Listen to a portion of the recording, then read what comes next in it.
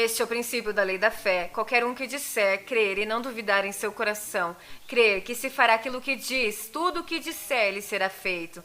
Note que não foi dito que teria o que orou, não foi dito que teria o que Deus quisesse que tivesse, e se fosse a vontade de Deus aconteceria. Mas disse que tudo o que disser lhe será feito, se creres, se não duvidares em seu coração, se creres no que dizes, vai acontecer. Em outras palavras, se você estiver totalmente convencido, vai acontecer. Vocês podem dizer amém? Aleluia. Agora vamos falar sobre chamar coisas que não são. Vá comigo para o livro de Romanos, capítulo 4. Em Romanos, capítulo 4. Bem, vamos começar com o versículo 12, aqui vamos estabelecer uma base. Versículo 13 diz, porque a promessa de que havia de ser herdeiro do mundo não foi feita pela lei a Abraão ou a sua posteridade, mas pela justiça da fé.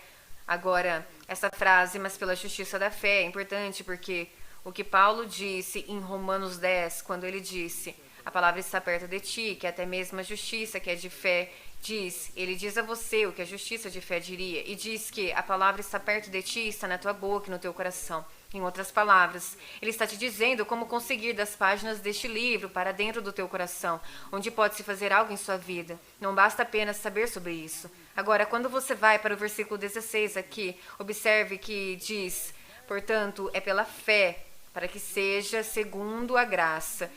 Em outras palavras, não foi através da lei que Abraão seria o herdeiro do mundo. Mas o que significa ser herdeiro do mundo? Herdeiro das coisas que Deus nos deu em vida.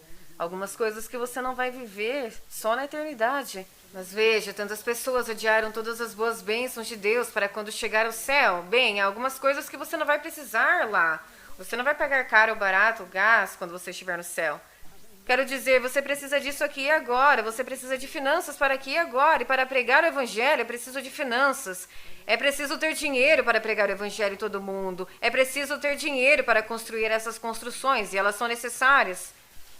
Alguém disse, bem, porque estamos construindo essas grandes construções, sabe? Se Jesus está voltando logo, bem, nós estaremos no céu por apenas 7 anos. Quando voltarmos, ainda usaremos essas construções. Agora, o que vemos aqui está no versículo 16.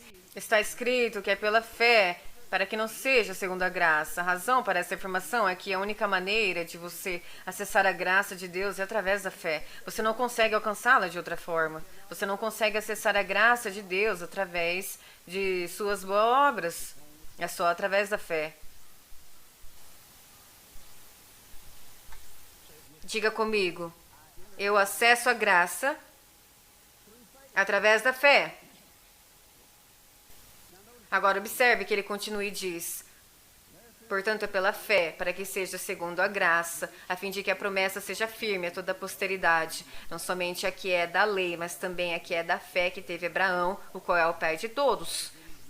Como está escrito, por pai de muitas nações te constituí perante aquele no qual creu, a saber, Deus, o qual vivifica os mortos e chama as coisas que não são como se já fossem. Deus ensinou Abraão a chamar as coisas que não são como se fossem. Agora veja, isso não é nenhuma ideia distante. A teoria de alguém, esta é a ideia de Deus. Esta é a maneira que Deus ensinou fé a Abraão.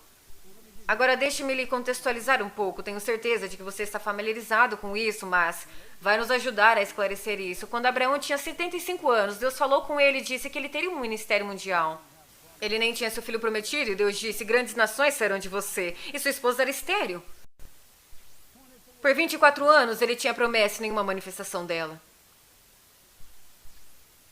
Deus apareceu para ele depois que ele recebera a promessa, por cerca de 11 ou 12 anos depois, e eis que o Abraão disse a ele, bem, primeiro de tudo, quando ele falou com Abraão, ele disse, se você se separar de Ló, depois que ele se separou de Ló, ele disse, olhe para o leste, oeste, norte e sul, e tudo que você vê eu vou te dar. Em outras palavras, você pode ter tudo que você vê. Agora, aquilo era a terra física, nós entendemos isso. Essa era a terra prometida de Israel. A nossa terra prometida de hoje são as promessas da nova aliança. Essa é a nossa terra prometida. E esse princípio ainda está disponível hoje, ainda é o mesmo. Tudo que você pode ver no interior, você pode viver como realidade na sua vida. Mas você precisa ver isso no interior depois para conseguir viver isso como realidade. Você deve estar completamente convencido. Veja, Abraão estava completamente convencido. E continua, o qual em esperança creu contra a esperança que seria feito pai de muitas nações, conforme o que lhe fora dito. Assim será a tua descendência. E não enfraqueceu na fé, nem atentou para seu próprio corpo já amortecido, pois era já de quase 100 anos, nem tampouco para o amortecimento do ventre de Sara. E não duvidou da promessa de Deus por incredulidade, mas foi fortificado na fé, dando glória a Deus, e estando certíssimo de que o que ele tinha prometido também era poderoso para fazer. Agora você percebe que está sendo falado sobre Abraão aqui. Antes seu nome era Abrão. Quando Deus apareceu para Abraão, no capítulo 15, Abraão disse a ele: Senhor Deus, o que me darás, visto que ando sem filhos? Pense nisso. Foi dito a ele: vou te dar tudo o que você vê. E ele disse: Senhor Deus, o que me darás, visto que ando sem filho? Ele tinha promessa por 11 ou 12 anos e nenhuma manifestação dela. Mas ele deu com a língua nos dentes, como dizemos aqui no Arkansas, quando ele disse, visto que ando sem filhos. Lhe foi dito que ele poderia ter tudo o que visse, mas ele não conseguia se enxergar com o filho. Então Deus o conduziu e o mostrou as estrelas e disse, conte as estrelas, se fores capaz de contá-las, e assim será a tua semente. Deus está tentando criar uma imagem nele. Agora imagina, quando você descobre que no capítulo 17 ele está com 99 anos e nenhuma manifestação da promessa que Deus havia dado a ele. Mas então Deus muda seu nome para Abraão, que significa o pai de multidões ou pai de nações. Agora pense sobre isso. Aqui está um homem que tinha semente incorruptível da palavra de Deus por 24 anos e nenhuma manifestação dela. Porém, você tem que perceber que não havia muito ensinamento sobre fé no Antigo Testamento. Ou você acreditava em Deus ou não acreditava.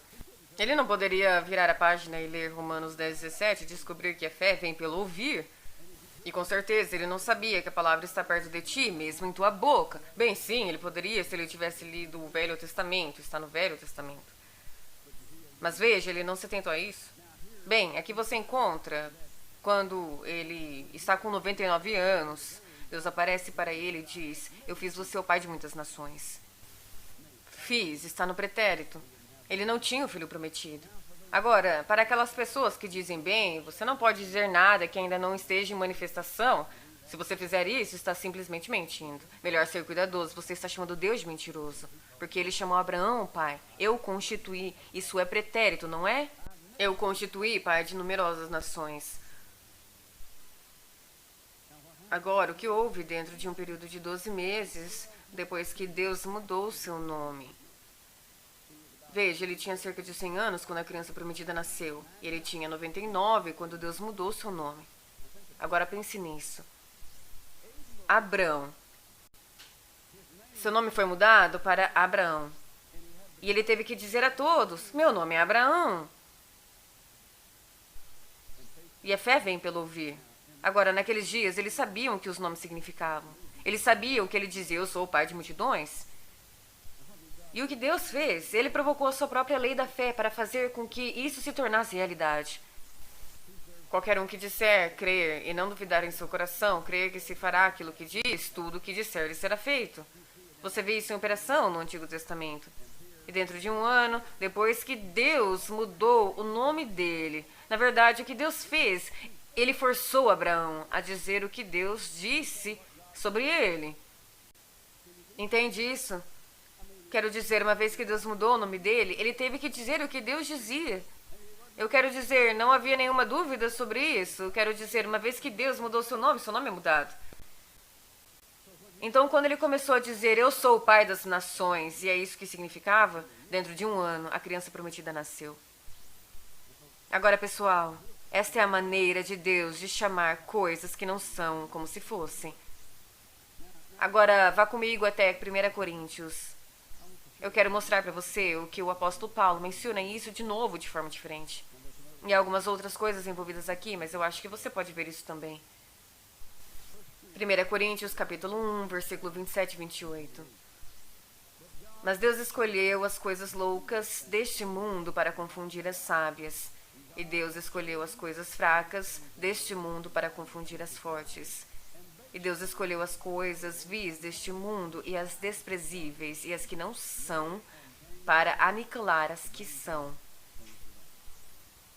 Agora pense sobre isso. Deus escolheu coisas que não são.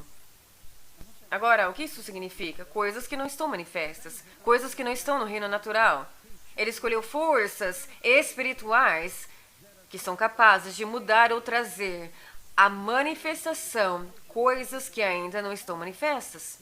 Ele escolheu coisas que não são para aniquilar as que são. Em outras palavras, se você pode ver o seu problema, se estiver no reino natural, se for físico, se for financeiro, quero dizer, se houver falta, Deus tem um método de mudar isso e é chamado de chamar as coisas que não são.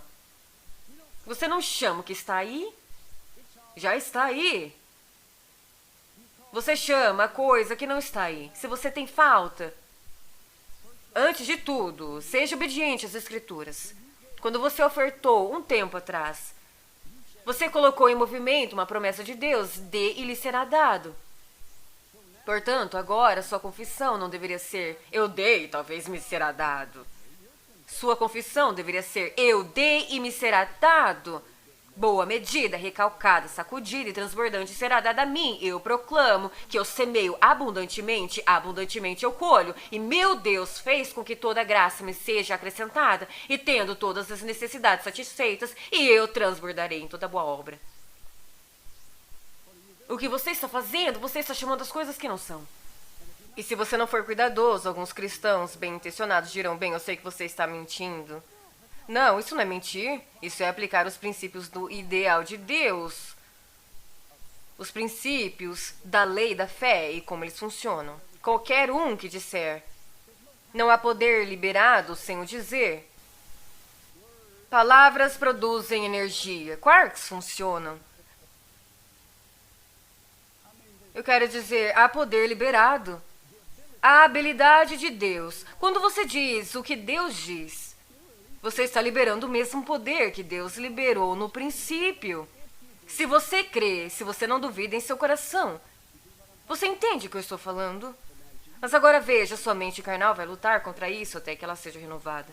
É por isso que você precisa confessar a palavra de Deus. E especialmente se houver certas áreas que você tem problemas, se for físico, financeiro, se for social, se for um problema em seu emprego, encontre lugares na Escritura. Encontre algo na Escritura para isso.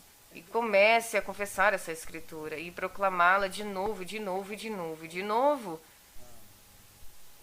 E isso vai mudar a situação. O que você fará é chamar coisas que não são como se fossem, até que sejam. Agora eu quero ler este versículo 28 novamente. Deus escolheu as coisas vis deste mundo e as desprezíveis. Deixe-me parar um pouquinho aqui. Já ouvi pessoas dizendo, eu rejeito essa coisa de fé e de confissão. Isso te limita? Você não pode nem mesmo dizer que está doente quando você está doente perto dessas pessoas de fé. Bem, é isso que diz bem aqui. Deus escolheu as coisas desprezíveis. Ele escolheu as coisas desprezíveis. Deus escolheu. 3 vezes nestes 2 versículos que diz que Deus escolheu este método. Você notou que nenhum lugar aí diz o irmão Copeland escolheu ou o irmão Kebs escolheu este método? Deus escolheu este método. Esta é a instrução de Deus de como operar no princípio da lei da fé. Escolheu coisas que não são ainda manifestas. Deixe-me acrescentar. Coisas que não são manifestas para aniquilar as que são manifestas. Por quê? Porque quando você profere palavras com base na autoridade da palavra, agora não me entenda mal, você não pode simplesmente sair daqui e dizer qualquer coisa que você não queira dizer, não tem nenhuma escritura para isso. Eu comprei uma propriedade no centro-norte de Arkansas em 1980, e eu e outra pessoa, e nós tivemos alguns anos difíceis lá, eu quero dizer, ficamos no aperto. Tivemos que chamar coisas que não eram como se fossem. E eu encontrei uma passagem na Bíblia que fala sobre a montanha. E na passagem diz, Senhor, pelo teu favor fizeste forte a minha montanha. E eu comecei a me posicionar no meu conversa e expressar isso para a propriedade. Senhor, pelo teu favor fizeste forte a minha montanha. E eu citava a palavra de Deus e proclamava abundância quando parecia que não daria para emprestar dinheiro para ficar no negócio. E eu quero que você saiba que funcionou exatamente como Deus disse. Cada parte da propriedade que eu comprei e vendi nos últimos 22 anos, eu falei com elas e eu fui obedecido. Quase todas as partes da propriedade que vendi, eu fiz a mesma coisa para elas. Veja, no capítulo 17 de Lucas, os apóstolos disseram: Senhor, aumente a nossa fé. Agora escute o que Jesus disse. Ele disse: se tiverdes fé como um grão de mostarda, direis a esta moreira: arranca-te e transplanta-te no mar, e ela vos obedecerá. Não disse Deus que obedeceria a Deus, obedeceria a você. Eles queriam que Jesus lhes desse mais fé, sabe? Depois de 2, 3 vezes dele dizendo: ó, voz de pouca fé, eles pensaram: vamos fazer com que ele nos dê um pouco de fé. Isso não seria bom? Mas você não vê uma passagem na Bíblia que diz: ore, Deus lhe dará mais fé. A fé vem pelo ouvir a palavra. Ela virá mais rápido ouvindo a sua voz, falar e proclamar o que a palavra de Deus diz. E então ele disse: se tiverdes fé como um grão de mostarda. Eu mencionei isso na sessão da manhã e vale a pena repetir agora. A mostarda é uma planta que você não pode hibridizar. Você não pode cruzar com qualquer outra planta. Em outras palavras, Jesus estava dizendo que se você tem uma fé que não muda, se você está completamente convencido, se você tem uma fé que não mudará, você diria obstáculo em seu caminho ao problema que você está enfrentando, seja uma figueira, quero dizer uma árvore sem caminho ou uma montanha de dívidas. Diga ao problema: arranca-te e transplanta-te no mar. Você nunca vai me atrapalhar novamente enquanto eu viver? Você ouve o que eu digo? Eu digo que você é removido em nome de Jesus? Bem, ele não foi removido quando você disse isso. Mas Jesus disse que lhe seria feito. Lhe seria feito. Se ele crer. Se ele não duvidar em seu coração. E se ele crer no que diz, acontecerá o que ele diz. Bem, há algo aí que precisamos ir mais fundo. Não apenas o que ele disse, a montanha. Não apenas o que ele disse, a uma coisa. Mas o fato de crer em tudo que sai de sua boca acontecerá. Em outras palavras, não fale coisas que você não acredita. Este é um dos elos que faltam na conexão da fé. As pessoas falam coisas que elas não acreditam, sabe? Todos temos feito isso através dos anos. Eu falei todos os tipos de bobagem, porque o diabo inspirou a linguagem de incredulidade. E a nossa mente carnal se agarra a isso.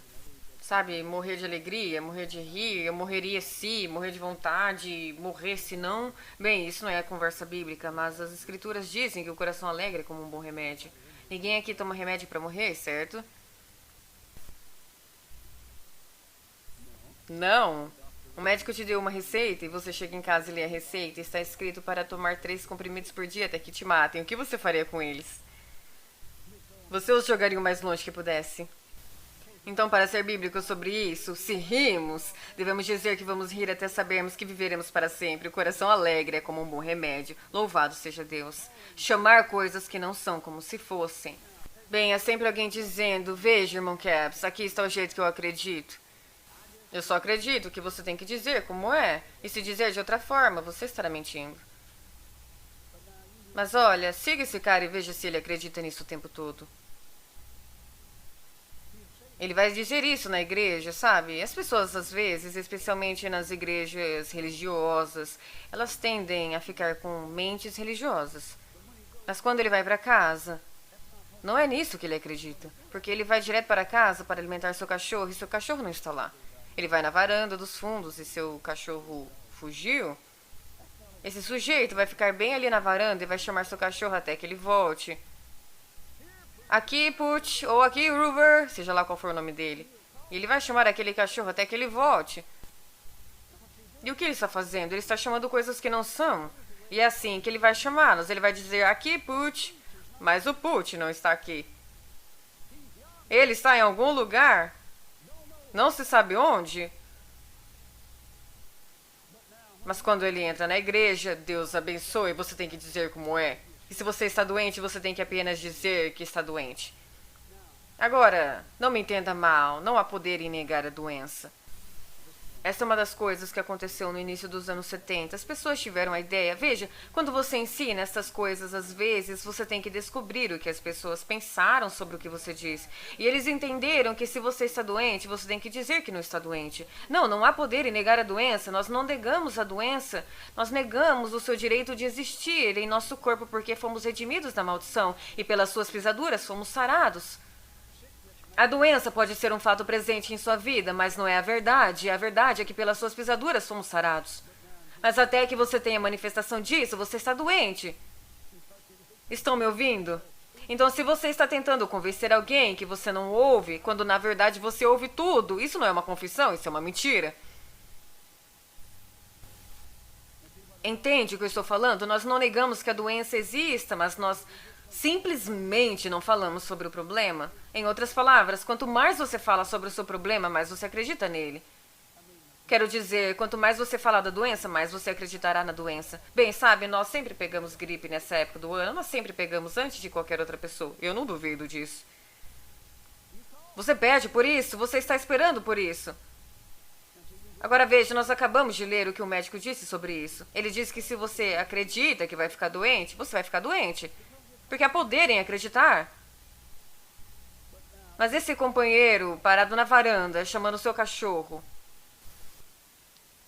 E se eu aparecesse, ele desse um tapinha no ombro e dissesse: por que você está mentindo sobre o seu cachorro? Bem, ele não acharia que eu seria o louco, mas ainda assim ele pensa que eu sou o tolo, pois quando eu estou doente eu digo: graças a Deus, pelas pisaduras de Jesus eu sou curado, graças a Deus meu corpo está bem. Eu falo que o meu corpo está bem em nome de Jesus. Cada órgão e tecido do meu corpo funcionam na perfeição para a qual Deus os criaram para funcionar. Eu proíbo qualquer mau funcionamento em meu corpo. O mesmo Espírito que ressuscitou Jesus dos mortos habita em mim, acelera o meu corpo mortal com a vida e a sabedoria de Deus. Isso aqui é algo bom para você adicionar à sua oração. Especialmente se você tem câncer. Você sabe que eles têm um método agora de implantação de sementes radioativas em certas células cancerosas para destruí-las. Às vezes eles as deixam dentro, às vezes simplesmente as deixam por 24 horas e elas se propagam e destroem a célula cancerígena. A minha Bíblia diz que a palavra de Deus é semente incorruptível. Semente incorruptível. A vida em cada palavra de Deus. Jesus disse: nem só de pão viverá o homem, mas de toda palavra que sai da boca de Deus. A palavra de Deus é semente incorruptível. Ele aniquilará o câncer, a enfermidade e a doença. Então, a confissão deve ser que a palavra de Deus, a semente incorruptível da palavra de Deus que habita dentro de mim, propaga a vida de Deus para cada fibra do meu ser, aniquilando o câncer e toda doença em todas as formas que tenta habitar o meu corpo. Diga isso até que você acredite. Tudo o que disser lhe será feito, se creres e não duvidar em seu coração. Agora, isso entra em concordância com a palavra de Deus? Nem só de pão viverá o homem, mas de toda palavra que sai da boca de Deus. A palavra de Deus é semente incorruptível. Deus enviou sua palavra e os curou. Essa semente incorruptível da palavra de Deus, se habita em você, vai propagar a vida de Deus e aniquilar esse câncer, aniquilar esse tumor. Agora, não me entenda mal, se o médico já te deu algo, adicione isso. Adicione, graças a Deus pelo que a ciência médica pode fazer. Mas faça algo bíblico sobre isso. Proclame a palavra de Deus. Essa semente incorruptível da palavra de Deus propagará a vida de Deus em todo o seu corpo e aniquilará a doença e a enfermidade. Eu estou convencido de que pela confissão da palavra de Deus e o ato de receber a palavra de Deus dentro de você, confesse que o seu sistema imunológico fica mais forte a cada dia que passa. Eu profetizo vida ao meu sistema imunológico. O mesmo Espírito que ressuscitou Cristo dos mortos mora em mim, acelera o meu sistema imunológico com a vida e a sabedoria de Deus, que protege a vida e a saúde do meu corpo. Eu estou convencido de que, pela palavra de Deus e a confissão da palavra de Deus, você pode construir o seu sistema imunológico, dentro de seu sistema imunológico, uma unção de Deus que vai eliminar a enfermidade e a doença de uma forma natural. Mas isso leva tempo. E você deve estar completamente convencido disso. Veja, isso é baseado na autoridade da palavra de Deus, chamar coisas que não são como se fossem. Agora vejam que Jesus operou nisso em todo o seu ministério. Entretanto, se você não estudar a palavra de Deus com esse pensamento em mente, você não vai conseguir.